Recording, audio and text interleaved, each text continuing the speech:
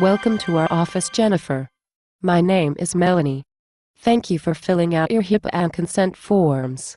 How was your drive-in today? Thank you, Melanie. Traffic was fine today. I still have a few questions about the thermography appointment process. I'm happy to walk you through the process.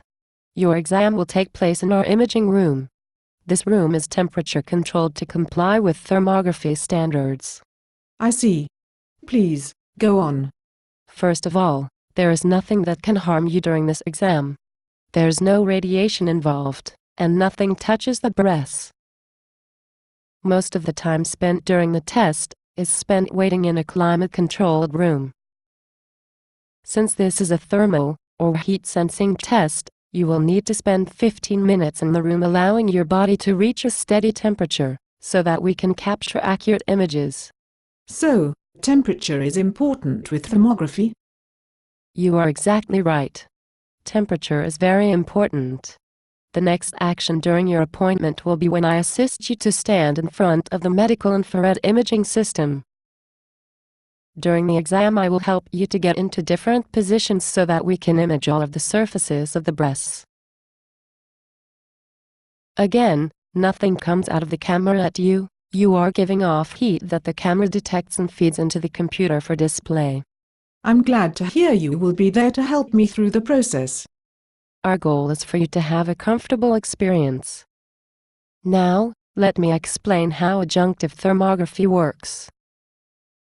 What our interpreter looks for is increased areas of heat and blood vessels when comparing one breast to the other. As cancers grow, the cells are dividing rapidly. In order to sustain this rapid growth, the cancer makes new blood vessels to bring in nutrients and to get rid of waste. This increase in the number of blood vessels causes an increase in heat, thus producing an image of increased heat and blood vessels. What is unique about this process is that before the cells turn cancerous, they start this new blood vessel growth. So with thermography, we have the ability to warn most women that unhealthy breast tissue may be forming up to 10 years before any other test can find it. I'm beginning to understand more easily. This is great information. Great. Also, our interpreter will be looking for signs of hormone imbalances in the breasts. The reason hormone balance is so important is that one of the greatest known causes of unhealthy breast tissue is lifelong exposure of the breast to the hormone, estrogen. Therefore, if an increase of estrogen is detected in your breasts, you may take steps to decrease the effect. So, it sounds like hormone balance is crucial.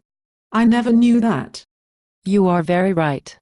With this in mind, thermography becomes a very powerful resource in the prevention of unhealthy breast tissue. What steps can I take to improve my breast tissue health if I am estrogen dominant? Some doctors we know have their clients use progesterone creams on their breasts which counteracts the estrogen. But, you need to talk to your healthcare practitioner about this, Jennifer. I understand. Thank you. Now, let me review the procedure in more depth. I will have you fill out a history form. This form is rated. When you get your report, you will see an area that mentions your conventional risk level. You will be placed in a low, moderate, or high-risk breast tissue health category, based on how you answered these questions. Other than a family history of breast cancer, the rest of the questions pertain to estrogen exposure. What all this means is that, if your report tells you that you are at high risk, it is a good idea that you are coming in for periodic thermal imaging, and taking extra good care of your breast tissue health. I see. Once we enter the imaging room, I will review the various positions you will assume during your exam. You will have time to ask any further questions you may have as well. Then, I will show you how to sit during your acclimation period. You will acclimate to room temperature, which is 68 degrees, for 15 minutes. You will be alone while you acclimate and no one else will have access to the imaging room during this time. While you sit and acclimate, you will need to assume the reading position, which means keeping your arms away from your body. This will allow your upper quadrant area to acclimate to the room temperature. This is very important. I understand. So, I must sit disrobed from the waist up in the reading position for 15 minutes. Am I right? Yes. After the 15 minutes of your acclimation period, I will re-enter the imaging room to begin the thermography exam. During this time, I will assist you to assume the various positions needed to complete your thermography. First, you will need to stand with your hands clasped, resting on top of your head, and I will position you in front of the thermography camera. Then, I will begin the imaging process. If you have any areas of concern on your breasts, such as areas of discoloration, indentations, lumps or sensitive or tender spots, I will use an indicator to point to the area of concern in an additional image. Lastly, if your nipples point towards the floor, or if you have large breasts, I will ask you to use the breast lift maneuver. To do this, you will take the opposite hand for each breast and place that hand in the far superior aspect of the breast, near your armpit. This will lift the breast until enough of the nipple and inferior quadrants are exposed to take a sufficient image. Thank you for explaining the thermography process so well. I don't have any areas of concern today. I am ready now. Great. Let's get started.